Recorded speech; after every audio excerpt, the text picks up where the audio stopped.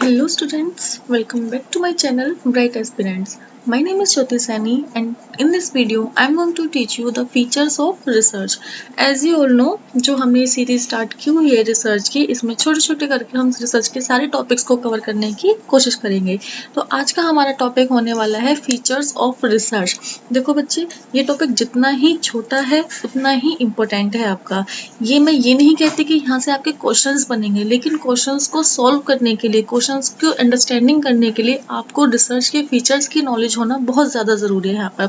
Until unless you will not have the knowledge of research के features क्या होते हैं, रिसर्च का काम क्या होता है आपके, आप आगे रिसर्च को समझ नहीं पाओगे। रिसर्च को समझ नहीं पाओगे तो क्वेश्चंस की अंडरस्टैंडिंग आप नहीं ले पाओगे। तो उसी के लिए हमें यहाँ पर रिसर्च के फीचर्स के बारे में पता होना ज़रूरी है। चलिए स्टार्ट करते हैं without wasting our time.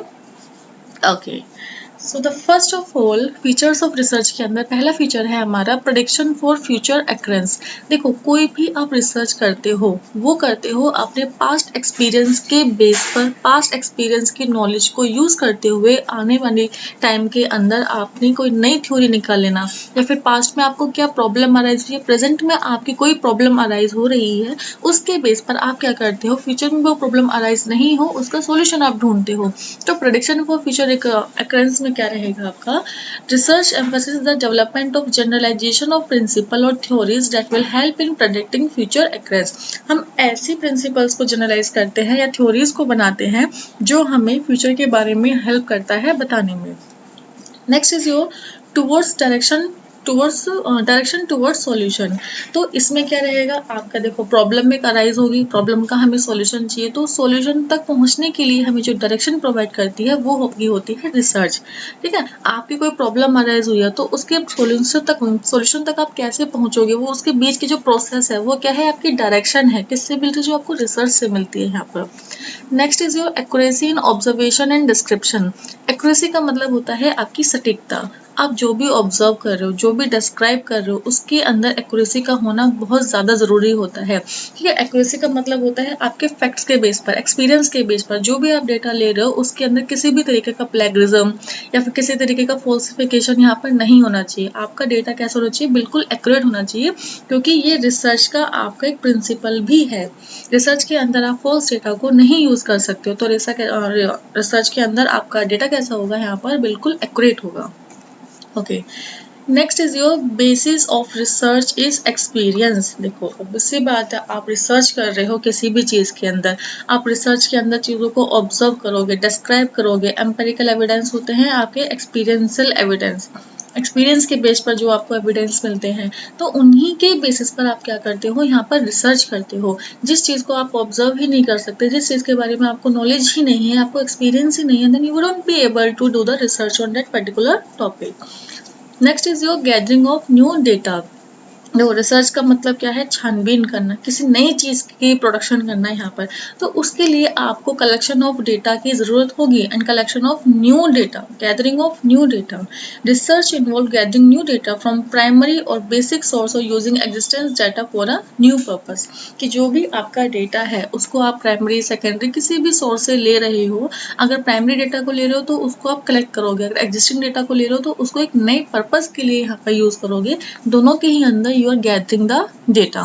Research is a scientific programme. Research क्या है, आपकी एक साइंटिफिक प्रोग्राम है। देखो, साइंटिफिक प्रोग्राम कैसे होता है, जो आपका बेस होता है कॉज एंड इफेक्ट रिलेशनशिप के अंदर। अब कॉज एंड इफेक्ट रिलेशन आपको क्या बताता है, क्या चीज़ हुई है और उसके होने का क्या फ़र्क पड़ा है, और उसके फ़र्क पड़ने का रीज़न क्या है, कॉजेज़ क्या है उस चीज़ के। तो ये सारे क्या है, जैसे कि अगर कोई टीचर है, टीचर ने पढ़ाया है यहाँ पर, उसने टीचर ने अपने स्टूडेंट का एक यहाँ पर ओरल टेस्ट लिया है। ओरल टेस्ट में अगर बच्चे ने अच्छा परफॉर्म यहाँ पर नहीं किया है, तो टीचर यहाँ पर क्या देखेगी, कॉज एंड इफेक्ट रिलेशन देखेगी कि अगर बच्चे ने यहाँ पर अच्छे से आपका जवाब नहीं दे पाया है तो उसका कॉज क्या है। तो this is known as your cause and effect relationship, जो उसको कौन बताता है, आपका रिसर्च से आपको पता चलता है।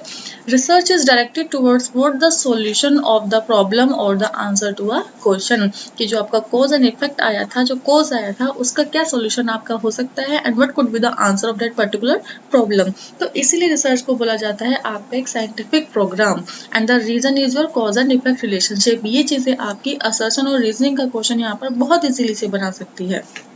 Okay, next is your development of generalisation of principal.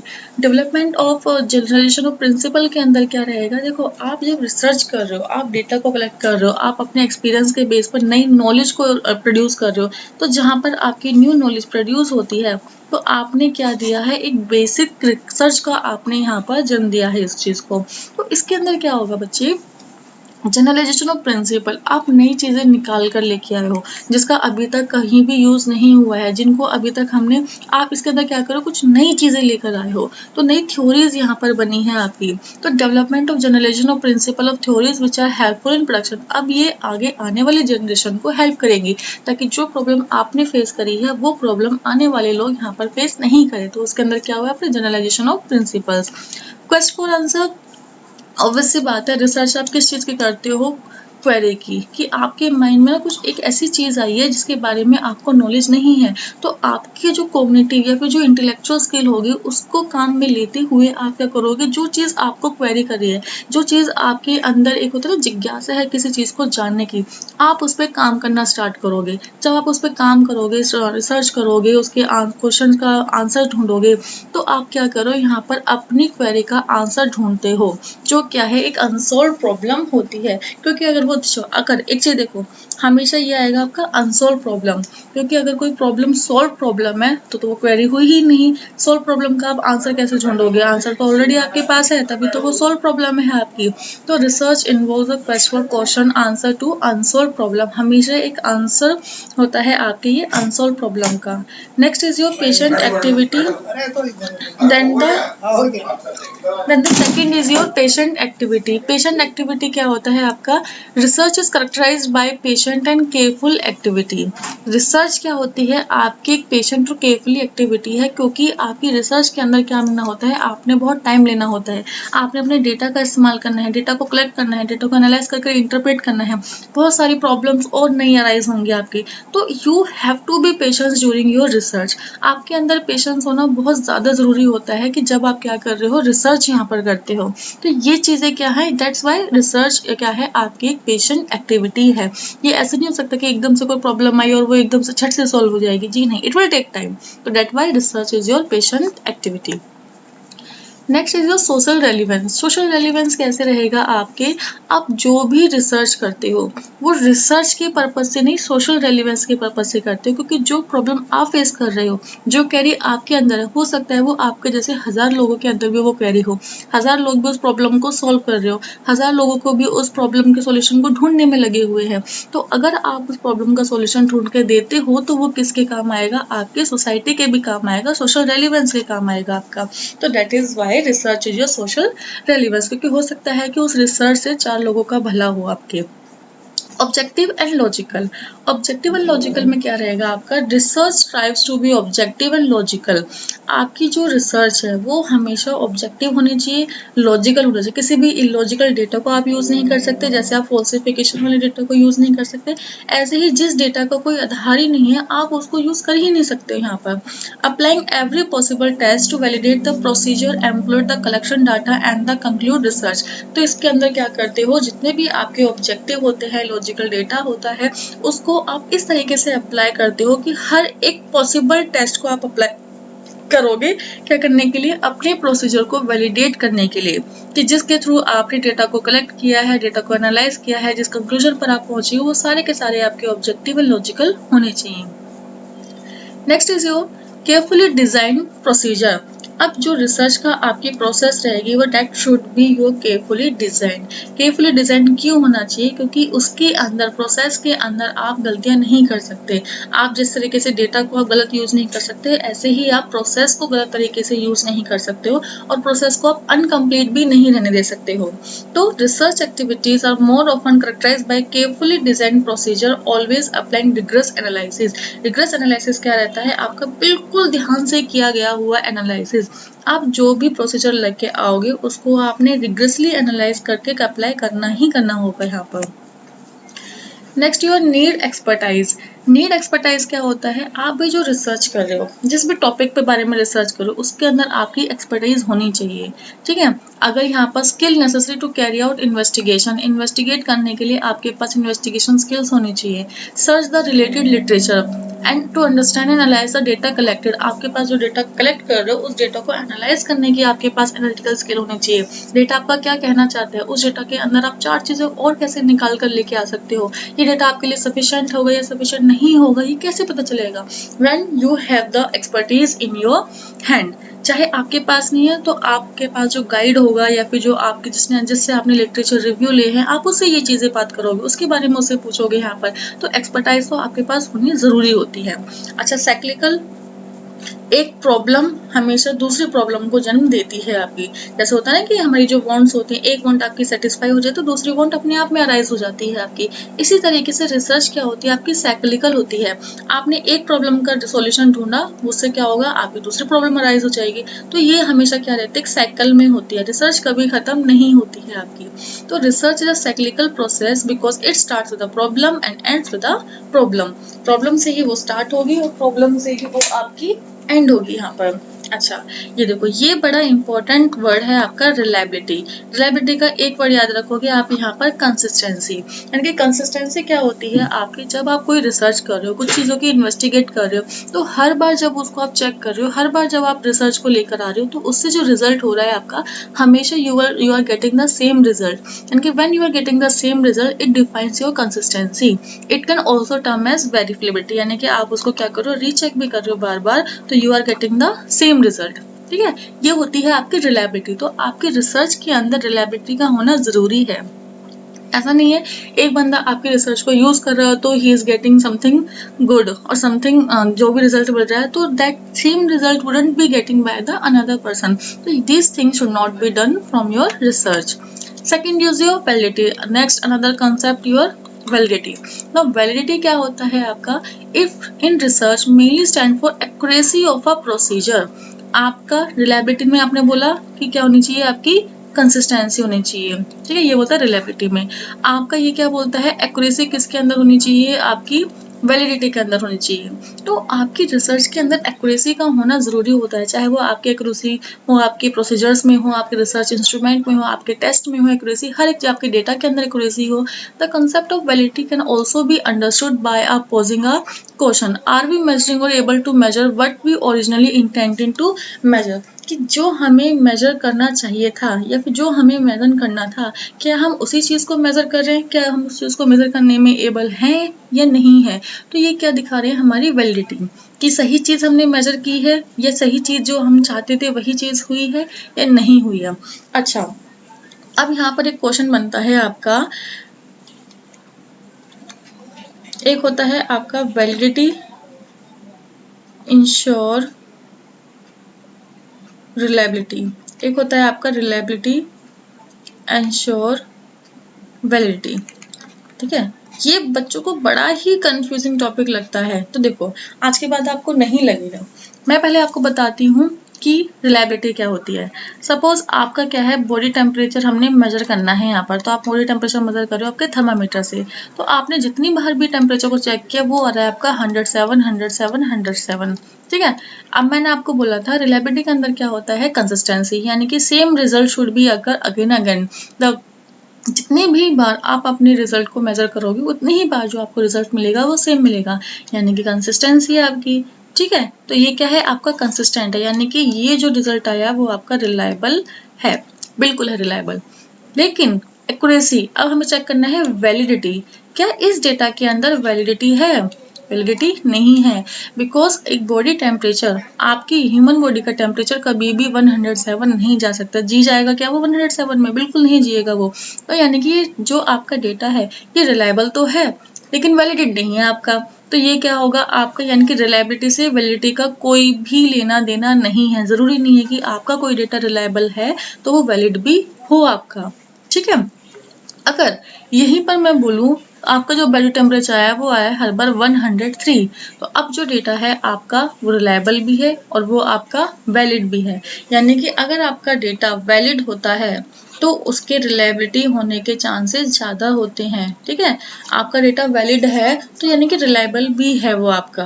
तो इसका मतलब क्या, अगर किसी बच्चे को रीडिंग आती है तो इसका मतलब है उसे ABCD आती है। इसी तरीके से अगर कोई डेटा आपका वैलिड है तो वो यानी कि रिलायबल भी है। एक एग्जाम्पल हम ले सकते हैं, जो आपका ये आर्काइव्स वाले होते हैं, जो तीरंदाज वाले होते हैं, इनका निशाना क्या होता है ये, तो ये क्या है, आपका वैलिड पॉइंट है जहाँ पर आपका निशाना लगना चाहिए।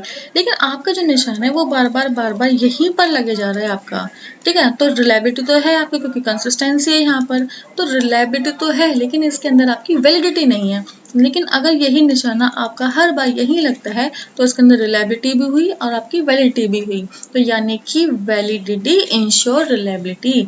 आपकी जो वैलिडिटी होती है वो इंश्योर करती है कि आपका डेटा रिलायबल भी है, लेकिन रिलायबिलिटी इंश्योर नहीं करती है कि आपका डेटा वैलिड भी है। तो होप ये कंसेप्ट आपको समझ में आ गया होगा बच्चे, ये बहुत ही इंपॉर्टेंट कॉन्सेप्ट है आपका यहाँ पर। Next is your objectivity. Objectivity क्या होता है, जो आपके रिसर्च के मीन्स होते हैं। Main research is without any बायस, किसी भी तरीके का पक्षपात इसके अंदर नहीं होगा। आपके जितने भी आपके करेक्टरिस्टिक्स है are built around it. Researchers usually take utmost precaution that result are not affected by in on presence behaviour attitude.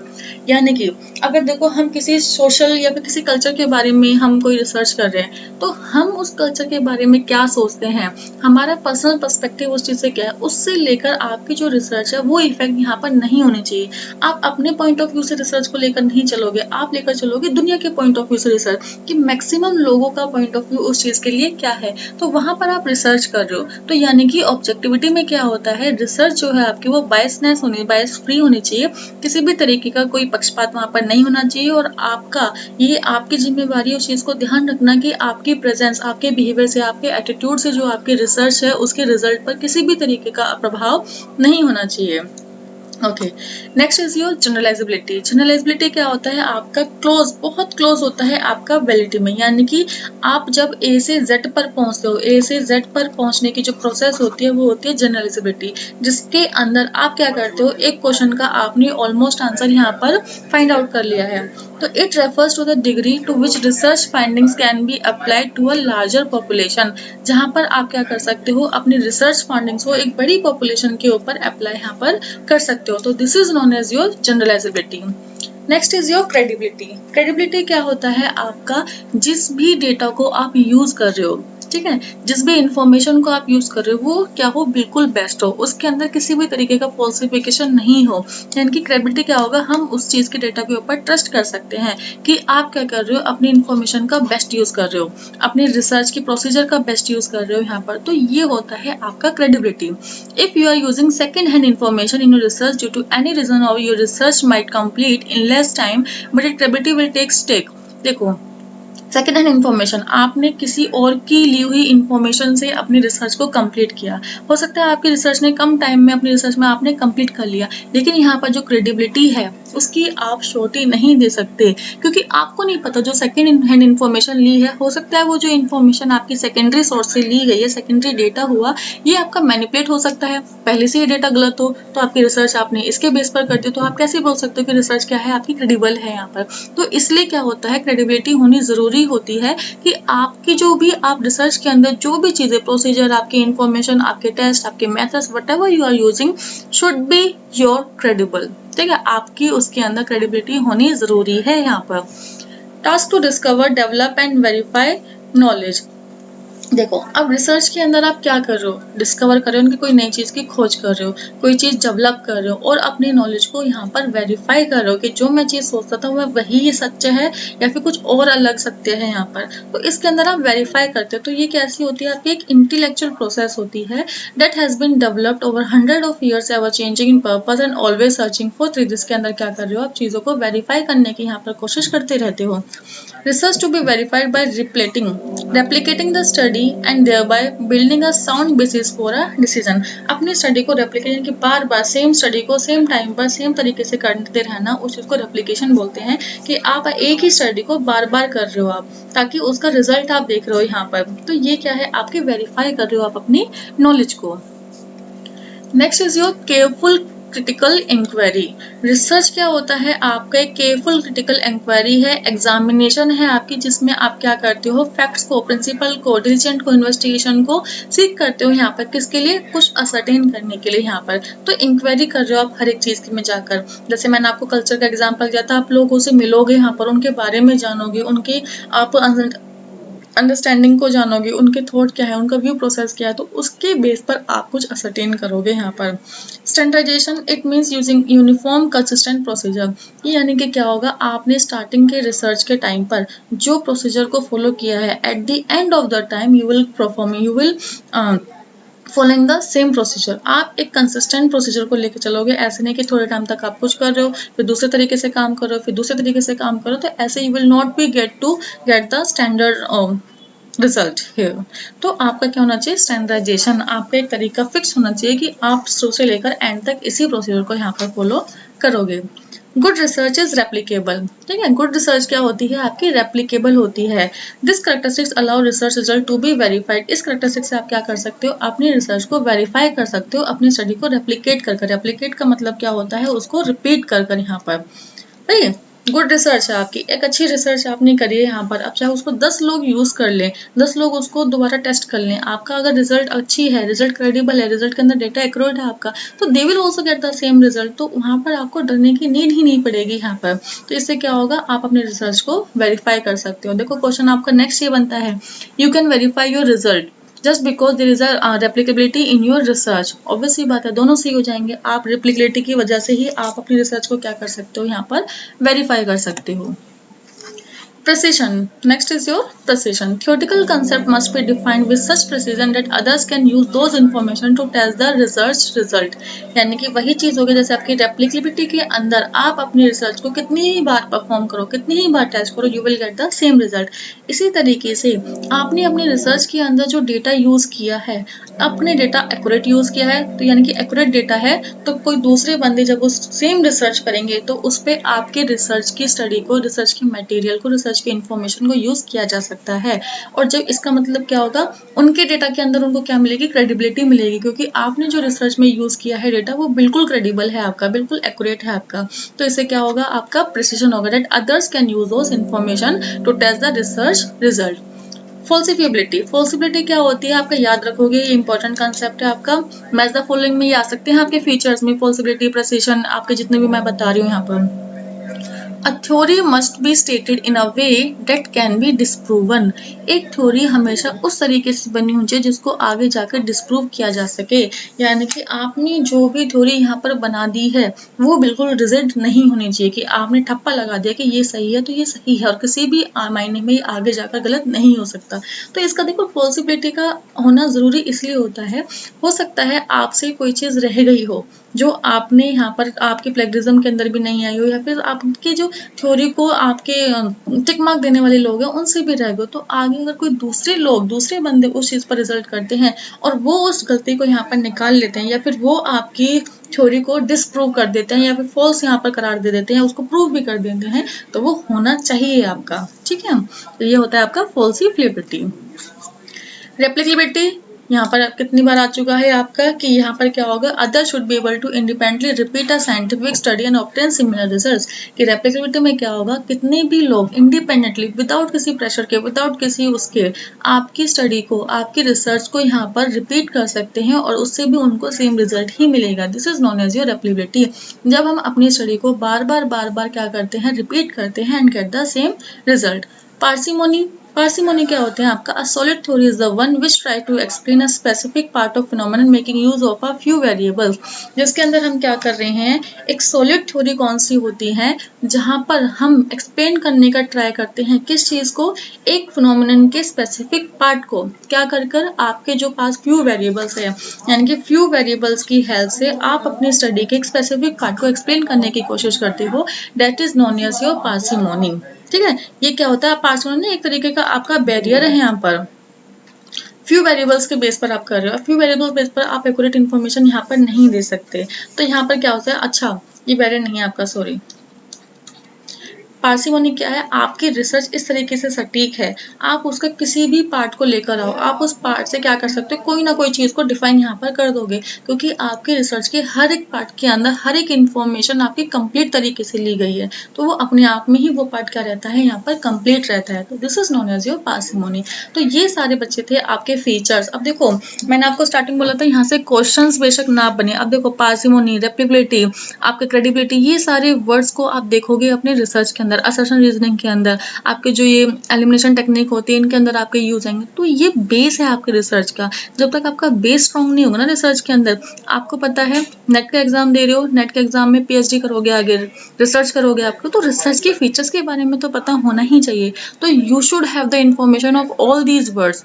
ये फीचर्स के अंदर जो ये वर्ड आए ना आपके, ये वर्ड आपको हेल्प करेंगे आगे जाकर। तो इन चीज़ों के नोट्स को आप प्रॉपर अच्छे तरीके से बनाओ और इन वर्ड्स को वहाँ पर मतलब लिख लो। हो सकता है इसका क्वेश्चन मैच द फॉलोइंग से आ जाए, कि साइड में आपको वर्ड्स दिए हो और साइड में उसकी एक्सप्लेनेशन दी हो कि कौन से रेप्लिबिलिटी में क्या होता है, पार्सिमोनी में क्या होता है। तो इस तरह के क्वेश्चन आपको देखने को मिल सकते हैं यहाँ पर। So this is all about today, and if you like this video then don't forget to like, comment and share my channel Bright Aspirants. So मिलते हैं नेक्स्ट वीडियो में, तब तक के लिए टाटा, बाय बाय।